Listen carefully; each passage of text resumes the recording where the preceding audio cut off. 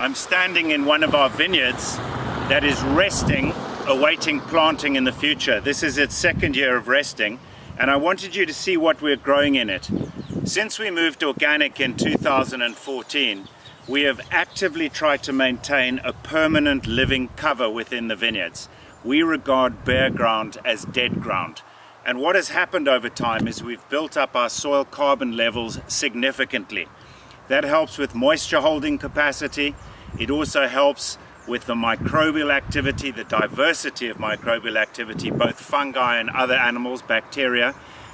It also helps the vine access harder to access nutrients in the soil. It requires less feeding. A lot of what we plant between the vines is actually there to fix atmospheric nitrogen in the soil, which eventually becomes available to the vines. Now, you saw a vineyard over there with permanent cover between it, and I'm standing in a piece of ground that's resting. This, for example, is a forage radish with a very deep taproot that is particularly useful for breaking up compacted clay soil and putting air gaps and microbial activity deeper into the ground.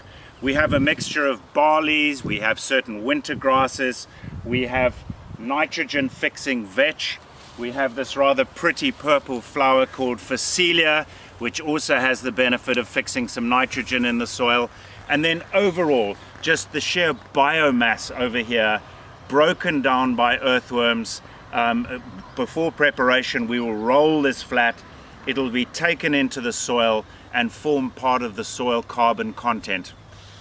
We find we have less erosion, there are less nutrients washing into the water system, the soil is significantly less compacted, and we're fixing atmospheric CO2 on a fairly large scale across the whole property. And it's a thing of beauty.